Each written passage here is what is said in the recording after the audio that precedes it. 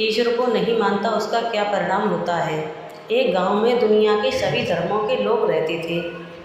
धार्मिक लोग सुबह से शाम तक पूजा पाठ में व्यस्त रहते थे। धार्मिक लोगों की दो की लिस्ट में कुछ ही कम थे, मगर न करने की लिस्ट बड़ी लंबी थी। कोई नॉनवेज नहीं खाता तो कोई दारू नहीं पीता, कोई सिगरेट नहीं पीता तो कोई कुछ काम नहीं करता। उन्हीं के बीच एक नास्तिक भी रहता था। नास्तिक की लिस्ट में दारू से लेकर लड़कियों तक किसी बात से कोई ऐतराज़ नहीं था, इसलिए नास्तिक ज़िंदगी में मज़े लेता रहता था। और गांव की लड़कियां भी ऐसे जिंदा दिल इंसान के बीच पाकर खुश थीं। स्वर्ग के लालच में कहे या नर्क के डर से धार्मिक लोग हिम्मत ही नहीं कर पाते थे, चाहकर भी उसके साथ बैठकर मज़े नहीं मार पा सकते।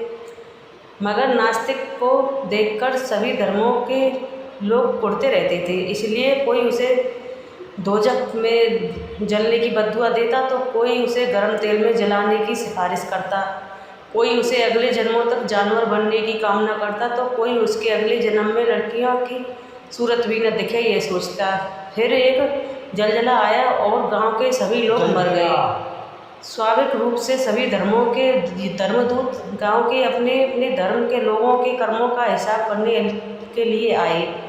किसी को महिलाओं पर गलत नज़र रखने के कारण, किसी को अहंकार के कारण, किसी को लोगों से दुर्व्यवहार के कारण नरक में भेज दिया। जब नास्तिक की बारी आई तो चित्रगुप्त टकराए।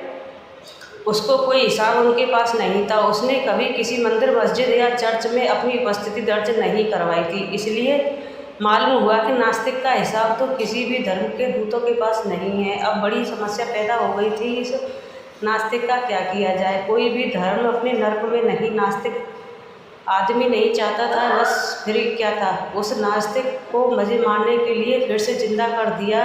बस उस दिन से नास्तिक आज तक ज़िंदगी के मज़े ले रहा है।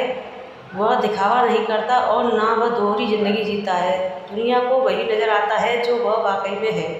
स्वर्ग के लालच या नरक के डर से कोई काम न करके अपने विवेक से सही और गलत का फैसला लेता है। किसी का भला इसलिए नहीं करता कि किसी धर्म की किताब में लिखा है, बल्कि मानवता के नाते समाज का हिस्सा होने के कारण वह भलाई और में विश्वास करता है। नास्तिकता का बस यही